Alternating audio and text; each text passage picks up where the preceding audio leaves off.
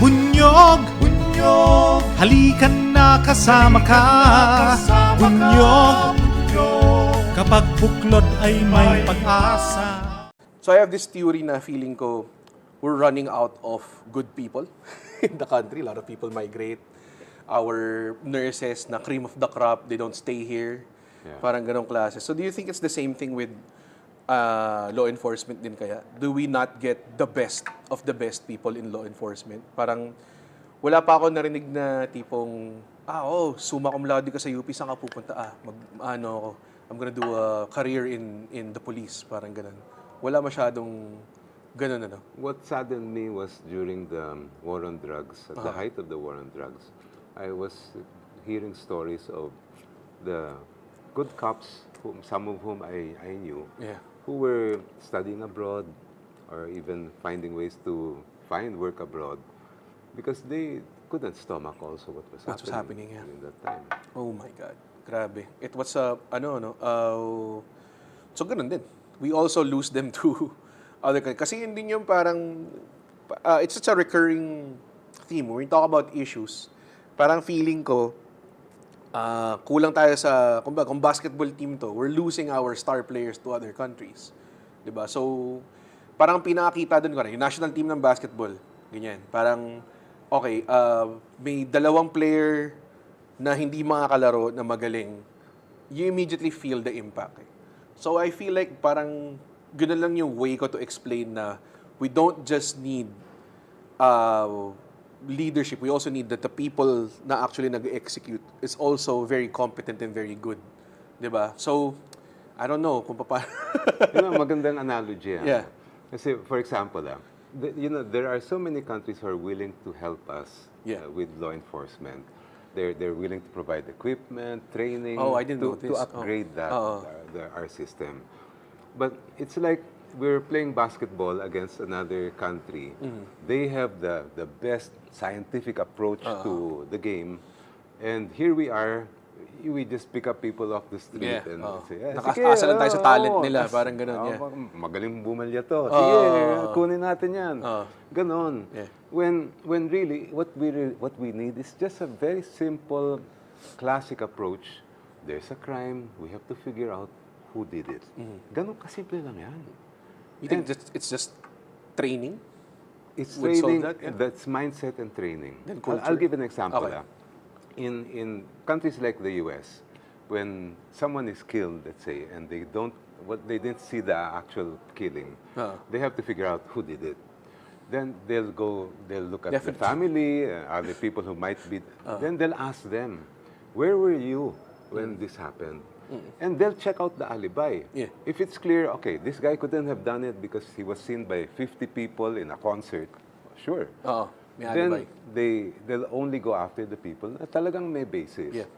In our country, I've never seen, in my experience, I've never seen police check out an alibi. Wow.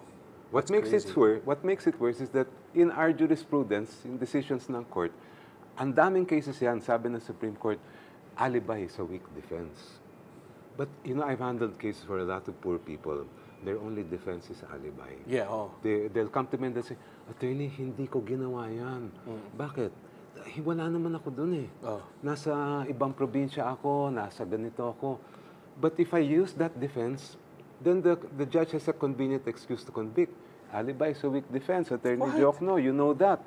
So why are you doing this? Siguro wala ka ng ebidensya. Why is it deduced na weak defense ang alibi? That's one thing I have personally been, that's one thing I want to change. Because that's my point. Okay yan, if the police actually check out alibi to screen you out, fine. If they checked out your alibi, didn't, then you still insist when the case reaches court that you use an alibi defense, mahina talaga yun. Gets. But if they didn't even bother to check your alibi, do you know the case of the Visconde case? Yes. Hubert Webb was in the States, remember?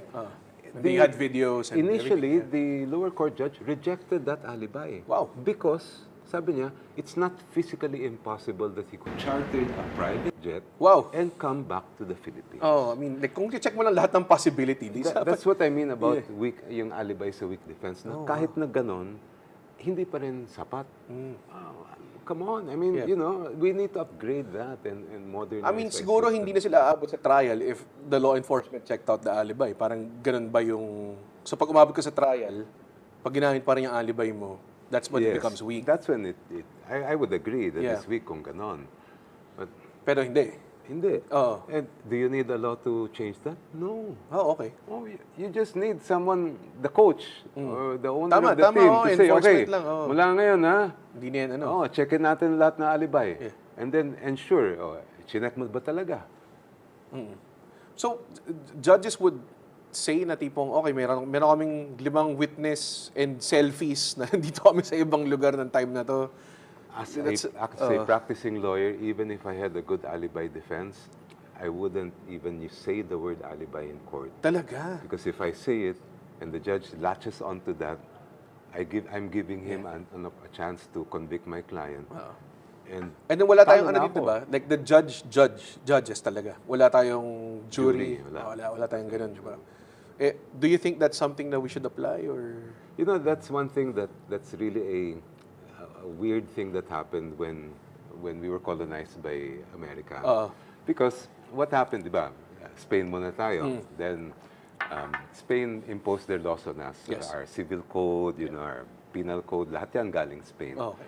When we were ceded by Spain to America, they didn't change those laws, but they changed our court procedure. Oh, okay. They got from America yung rules ng courts doon and put it here. Kaya naging adversarial system tayo, you know, prosecution, defense, Prosecution, etc. defense, Problem is, the rules that they put in here were designed for a jury. But we never had a jury ever since. Oh, wow. So when I teach law, I tell the law students, my young law students, pag kayo naging abogado, pwede ba, palitan na natin tong rules natin kasi hindi pang atin to eh. Wala naman tayong jury. Tama.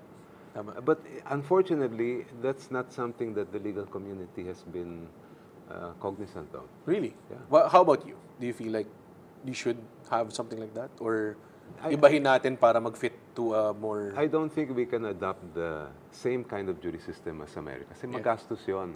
You have 12 people in every case who will sit, then you have to pay them. Kasi won't be you're able to pulling work. them out of their lives, di ba? Papakainin mo pa yan, hotel mo pa yan. It's very costly. But there are some European countries that we can adopt. What they do is they have a civilian, not a lawyer, sit with the judge. He'll watch the proceedings and he or she can come out with their own decision. Or they can say, I fully agree with the judge, or I don't think that's right yung decision ni judge. Kasi nakita ko sa evidence, ganon. So it's more of a lay person's perspective, which we need. Because, Parang input lang, parang ganun. Kasi the law in our country, only lawyers understand. Yeah. I go to court, ang kliyente ko may master's degree sa Harvard, pero business. Paglabas namin sa pre-trial, he or she will ask me the same question my poorest client will ask me. Attorney, anong nangyari? Hindi ko naintindihan yung English niyo eh. Because we speak such a special language na English. Puro jargonized. Jargon eh. And even members of the media, after a Supreme Court decision comes out, they'll call me, other lawyers, paki-explain nga, anong ibig sabihin nitong decision, di namin naintindihan. Tama. Parang ano siya, no? Should it be, so dapat may effort to translate it into like a better, kasi that's what you do with your vlog, di ba? Like there's so much effort. And hindi lang naman ikaw yung nagbibigay ng legal advice sa mga content and everything, di ba? Parating, in-explain mo siya in a such a way na, may ganun pala, gets ko to, okay, ganun pala yung mangyari. Ito yung bounds and yung limits or yung situations na pwede mong i-apply ito and everything. And sometimes, na-apply ko na rin siya sa iba kong iniisip. Alam mo yun, hindi na siya parang ganun. So,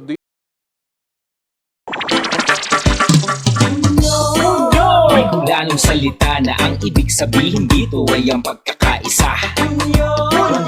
Bunyog Party List. Halika na, Bunyog Party magpartilis ka na. Halika na, Bunyog partilis ka na. Sa susunod, ang atinang suportahan, Bunyog Party List, nagtataguyod ng katotohanan, lumalaban para sa bayan. Bunyog, bunyog, halika na kasama ka. Bunyog, kapag buklod ay may pag-asa. Luzon, Visayas, Mindanao, isa ang pananaw. Sa bagong Pilipinas ang bunyog isisigaw. Bunyog,